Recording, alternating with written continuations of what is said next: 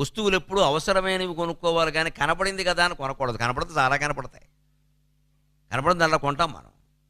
ఇప్పుడు ఈవేళ అదే జరుగుతుంది పని కట్టుకుని. డీమార్ట్కి వెడతాం మనం, మనకు కావాల్సింది ఏమిటి? చెంచా. చెంచా కోసం డీమార్ట్కి వెడతాం, అక్కడికి వెళ్ళాక చేట కనపడుతుంది, అక్కడ పట్టుకొస్తాం. ఇవన్నీ లేనే లేవు మన ఇంట్లో, ఇన్ని అవసరమా? అక్కడ ఏవో తిరుగుతుంటే వాడు సొమ్మేం పోయింది, ఒక 100 పెడతాడు, 100 ఏమిటి 1000 1,00,000 పెడతాడు.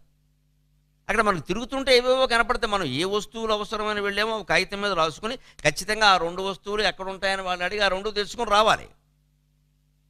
అంతేగాని అలా తిరిగామనుకో మొత్తం దుర్యోధనుడు మైసభలో తిరిగినట్టే, ఇంకా జారిపడడం ఖాయం, నవ్వడం ఖాయం.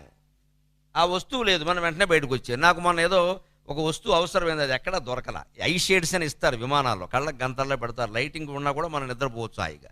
అవి నేను ప్రయాణాల్లో వాడుతూ ఉంటాను. ఈ మధ్యన విదేశీ ప్రయాణాలు తగ్గించా, అందుకని ఐ షేడ్స్ ఎవడో ఇవ్వలేదు, లేకపోతే వాడు ఫ్రీగా ఇస్తాడు.